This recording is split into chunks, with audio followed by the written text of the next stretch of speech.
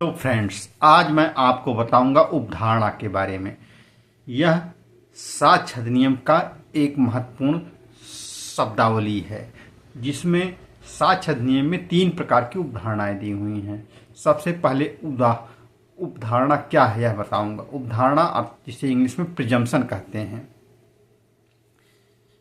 इसको कहीं भी साक्ष्य अधिनियम में परिभाषित नहीं किया गया है। सामान्य भाषा में जब किसी एक तथ्य के साबित हो जाने पर न्यायालय किसी अन्य तथ्य के अस्तित्व में होने के बारे में मान लेता है, तब इसे उपधारणा कहते हैं। अर्थात किसी एक तथ्य के साबित होने पर या अस्तित्व में होने पर किसी अन्य तथ्य के अस्तित्व की उपधारणा कर लेना ही उपधारणा कहलाता है। अर्थात यदि कोई व्यक्ति है तो यह उपधारणा की जाएगी कि उसके माता या पिता अवश्य रहे होंगे, अर्थात बिना माँ बाप के कोई भी पैदा नहीं हुआ है।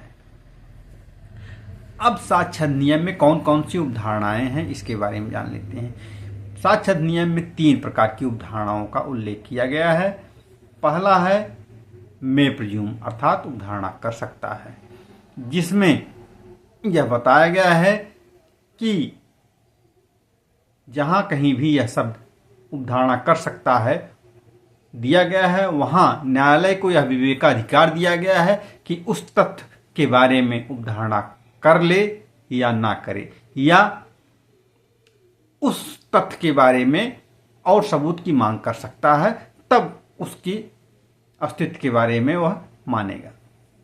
दूसरा, इसे तथ्य की उपधारणा कहते हैं। दूसरी उपधारणा है जिसे विधि की उपधारणा करते हैं, जिसे इंग्लिश में शैल प्रिज्यूम कहते हैं, और हिंदी में उपधारणा करेगा। जहां कहीं भी यह शब्द उपधारणा करेगा प्रयोग किया गया है इस अधिनियम में, वहां न्यायालय को ऐसे तथ्य की उपधारणा करनी ही होगी जब तक कि उसे साक्ष्य देके खंडित नहीं किया जा सकता है। अर्थात यदि कहीं है कि शैल प्रिज्यूम, तो वहां न्यायालय उस तथ्य के बारे में मान लेगा कि वह तथ्य अस्तित्व में है, जब तक कि साक्ष्य के माध्यम से उसके विपरीत साबित ना कर दिया जाए।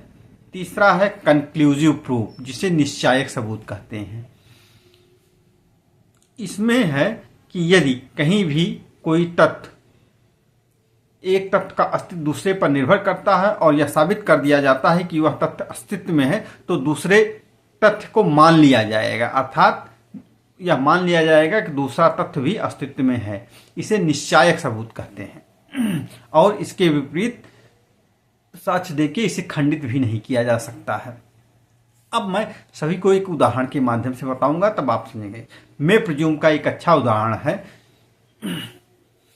साक्ष्य नियम में दिया गया है कि यदि किसी व्यक्ति के पास से चोरी की संपत्ति चोरी होने के तुरंत बाद प्राप्त होती है, तो यह उपधारणा न्यायालय कर सकता है कि जिस व्यक्ति के पास से ऐसी संपत्ति मिली है, या तो वह चोर है, या वह उसने यह जानते हुए कि संपत्ति चोरी की है उसे प्राप्त किया है। इसे मे प्रिज्यूम में रखा गया है, अर्थात उपधारणा कर सकता है। अब यहाँ न्यायालय उपधारणा कर सकता है कि जिस व्यक्ति से प्राप्त हुई संपत्ति वह चोर है या चोरी की संपत्ति खरीदता है, लेकिन यदि न्यायालय चाहेगा तो अतिरिक्त साक्ष्य की मांग इस संबंध में कर सकता है। अब शैल प्रिज्यूम के बारे में बताऊंगा।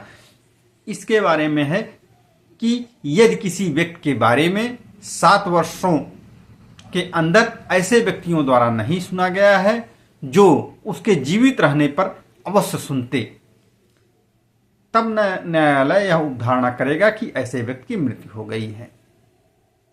अर्थात यदि यह साबित कर दिया जाता है कि 7 वर्ष के अंदर ऐसे व्यक्ति को नहीं सुना गया है उन व्यक्तियों के द्वारा जिनके द्वारा यह जीवित होता सामान्यतः सुना जाता, तो यहां उसके मृत्यु की उपधारणा न्यायालय करेगा और साक्ष्य देके इसे खंडित किया जा सकता है। अब तीसरा कंक्लूसिव प्रूफ का उदाहरण लीजिए। भारतीय दंड संहिता, जो अब BNS है, इसमें एक उपधारणा दी गई है कि यदि कोई अपराध ऐसे बालक द्वारा किया जाता है जिसकी उम्र 7 वर्ष से कम है तो यह माना जाएगा कि उसने कोई अपराध नहीं किया है। अर्थात यदि न्यायालय में यह साबित हो जाए एक तथ्य कि जिस बालक को न्यायालय के समक्ष लाया गया है उसकी उम्र 7 वर्ष से कम है तो न्यायालय मानने के लिए बाध्य है कि उसके द्वारा कोई अपराध नहीं किया गया है और इसके विपरीत कोई साक्ष्य नहीं दिया जाएगा। तो इस प्रकार से निश्चायक सबूत जहां रहता है वहां कोई भी साक्ष्य नहीं दिया जाएगा। धन्यवाद आपको।